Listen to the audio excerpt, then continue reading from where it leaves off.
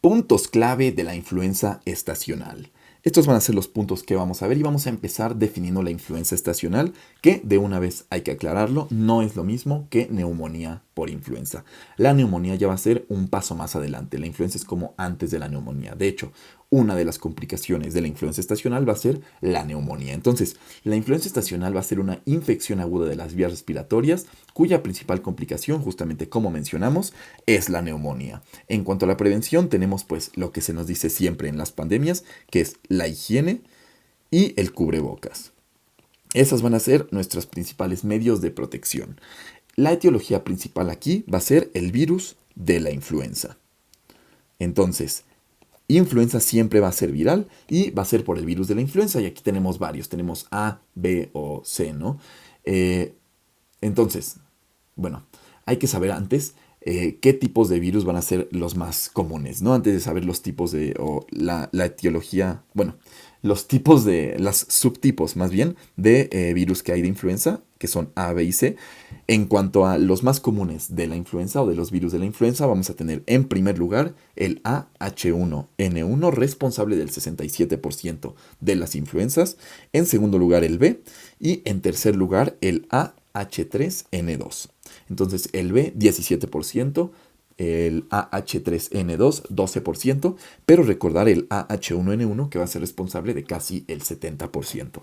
Ahora sí, tenemos tres tipos distintos, A, B y C. El A va a ser el que se relacione a las pandemias. El B va a ser el que se relacione a las epidemias estacionales. Y el C, como principal característica, es que también puede infectar a los puercos, ¿no? A los porcinos. Entonces, esas son las características de cada uno de estos tipos. Como dijimos, entre las complicaciones, la principal que encontramos y la más grave va a ser la neumonía. Pero también podemos tener otra complicación que es la coinfección bacteriana. Entonces, después de un episodio de influenza estacional, que se infecte esta persona pues con alguna bacteria, ¿no? Esto lo vamos a sospechar si, el paciente o la paciente no mejora después de 3 a 5 días. Entonces esa va a ser nuestra sospecha con lo que podemos nosotros intentar predecir esta coinfección bacteriana. Si tenemos esta sospecha, vamos a tomar hemocultivos y vamos a hacer una radiografía de tórax. Y también tenemos que iniciar, antes de tener cualquier resultado del cultivo, vamos a tomar o vamos a iniciar su tratamiento empírico. El tratamiento empírico va a estar compuesto de cefalosporinas de tercera generación, como ceftriaxona o cefotaxima, y un macrólido como puede ser claritromicina. Entonces, cefalosporinas vamos a dejarlo como ceftria claritro.